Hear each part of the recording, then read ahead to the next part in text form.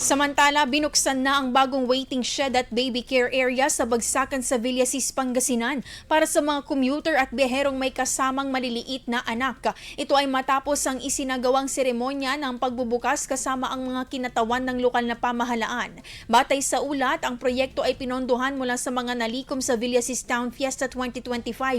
Tampok sa pasilidad ang breastfeeding at baby care area na isang pribadong lugar para sa mga magulang na kailangang magpasuso o mag-alaga ng kanilang sanggol habang naghihintay ng masasakyan. Nilagyan din ng waiting shed ng telebisyon, ceiling fans at water dispenser para sa iba pang commuter. Ayon sa lokal na pamahalaan, target ng proyekto na mapabuti ang waiting area sa Villasis, Bagsakan para sa mga residenteng bumabiyahe. IFM. IFM News. IFM News. IFM News.